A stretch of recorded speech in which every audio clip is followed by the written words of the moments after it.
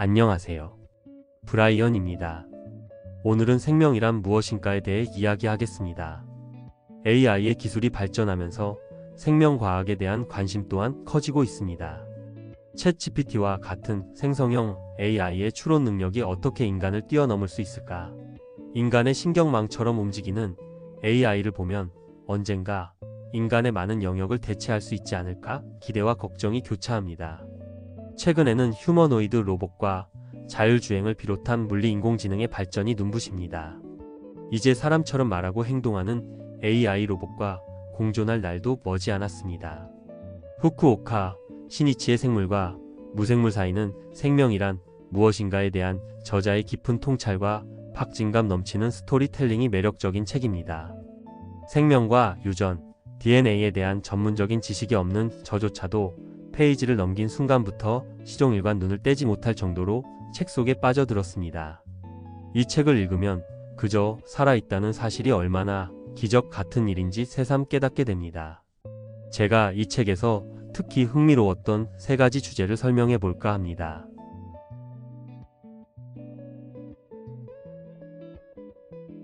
(100개의) 원자로 이루어진 생명체가 있다고 가정해보면 이 생명체는 어떤 생명활동을 하든지 원자 중에 루트 100, 즉 10개 정도의 입자는 항상 정상적인 활동에서 벗어나게 됩니다.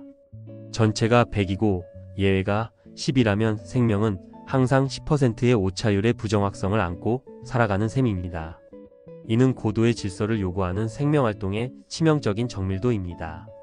그런데 만약 생명체가 100만 개의 원자로 이루어졌다고 가정하면 어떨까요? 평균에서 벗어나는 입자의 수는 루트 100만, 즉 1000이 됩니다. 그렇다면 오차율은 100만 분의 1000, 0.1%로 현저히 낮아집니다. 실제 우리 몸의 생명현상에서는 100만이 아니라 그 몇억 배나 되는 원자와 분자가 활동하고 있습니다. 생명체가 원자 하나에 비해 훨씬 큰 몸을 유지하는 이유가 바로 여기에 있습니다.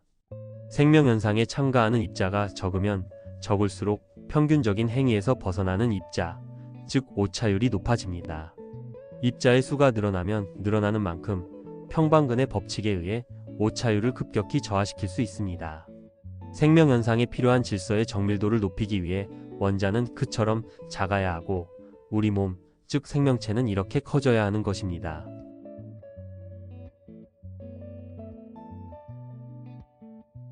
하나의 세포를 얇은 피막으로 덮인 고무풍선이라고 상상해 볼까요?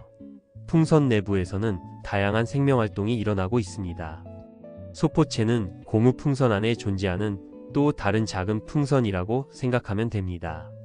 소포체도 큰 풍선과 같은 소재의 피막으로 덮여 있으며 큰 풍선 내부에 둥둥 떠 있습니다. 소포체의 내부란 큰 풍선 세포에 있어 외부입니다. 내부의 내부는 외부라는 언뜻 생각하기에 기묘한 이 논리를 이해하기 위해서는 소포체가 어떻게 생겨났는지를 알아야 합니다. 우리가 풍선 외부에서 주먹을 쥔 채 풍선을 향해 내리꽂은 모습을 상상해보면 이해하기 쉽습니다. 주먹 주위에는 풍선의 고무 피막이 밀착되어 있고 주먹 자체는 풍선 내부에 들어가 있는 것처럼 보이지만 실제 주먹이 존재하는 공간은 외부와 통해 있습니다. 소포체 역시 이런 방법으로 형성되어 있습니다. 우선 세포막을 함몰시키고 그 입구 부분을 서서히 좁혀가면서 최종적으로는 그곳을 홀매져 끊고 외부 세계와 연결되는 방법으로 분리됩니다. 단백질은 이 경로를 거쳐 바깥으로 방출됩니다.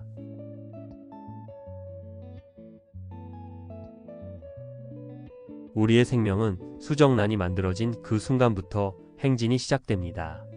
그 행진은 시간의 축에 따라 흘러가며 후퇴할 수 없는 일방통행입니다.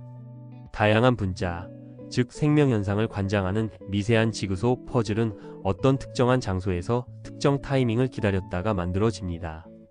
거기에는 새로 만들어진 조각과 지금까지 만들어져 왔던 조각 사이의 형태의 상보성에 기초한 상호작용이 일어납니다. 그 상호작용은 항상 이합과 집산을 반복하면서 네트워크를 넓히고 동적인 평형 상태를 유지합니다. 일정한 동적 평형 상태가 완성되면 그것이 신호가 되어 다음 동적 평형 상태 단계로 들어갑니다. 그 과정에서 특정 장소, 특정 타이밍에 만들어져야 할 조각이 출현하지 않으면 동적 평형 상태는 그 결함을 메우기 위해 자신의 평형점을 이동시켜 조절하려 합니다.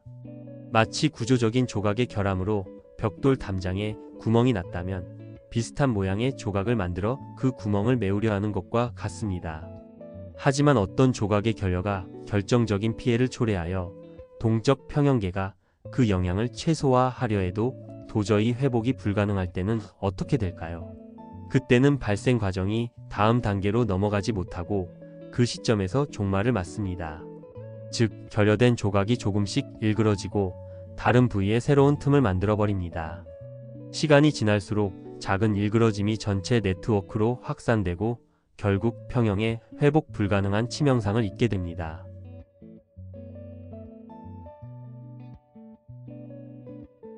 우리는 자신의 피부나 손톱, 모발이 끊임없이 생성되면서 옛것을 밀어내는 것을 봅니다. 신체의 모든 부위, 장기나 조직에서뿐만 아니라 뼈나 치아에서조차 그 내부에서는 끊임없는 분해와 합성이 반복되고 있습니다. 친구와 반년 혹은 1년 만에 만났다면 분자 차원에서 우리는 완전히 다른 사람이 된 것이나 마찬가지입니다. 이미 우리 내부에서는 과거 자신의 일부였던 원자나 분자는 존재하지 않으니까요. 기계에는 시간이 없습니다. 어떤 부분부터든 다시 만들 수 있고 완성된 다음에라도 부품을 제거하거나 교환할 수 있습니다. 기계에는 재시도가 불가능한 일회성이란 것이 존재하지 않습니다. 기계 내부에는 이미 접혀 다시는 펼 수 없는 시간이라는 것이 존재하지 않습니다. 생물에는 시간이 있습니다. 그 내부에는 항상 불가역적인 시간의 흐름이 있고 그 흐름에 따라 접히고 한번 접히면 다시는 펼칠 수 없는 존재가 생물입니다. 생명이라는 이름의 동적 평형은 매 순간 위태로울 정도로 균형을 맞추면서 시간축을 일방통행하고 있습니다.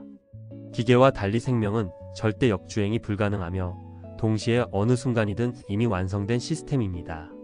이런 시스템에 혼란을 야기하는 인위적인 개입은 동적 평형에 돌이킬 수 없는 피해를 입힙니다. 겉보기에는 크게 변하지 않은 것처럼 보여도 이는 유연하고 부드러운 동적 시스템이 일시적으로 조작을 흡수했기 때문이며 그 안에서는 무언가가 변형되고 손상을 입습니다. 저자 후쿠오카 시니치는 자연의 흐름 앞에 무릎을 꿇고 생명을 있는 그대로 기술하는 것 외에 인간이 할 수 있는 것은 없다고 말합니다. 지금까지 인간이 밝혀낸 것은 생명을 기계적으로 조작할 수 없다는 사실일 뿐입니다.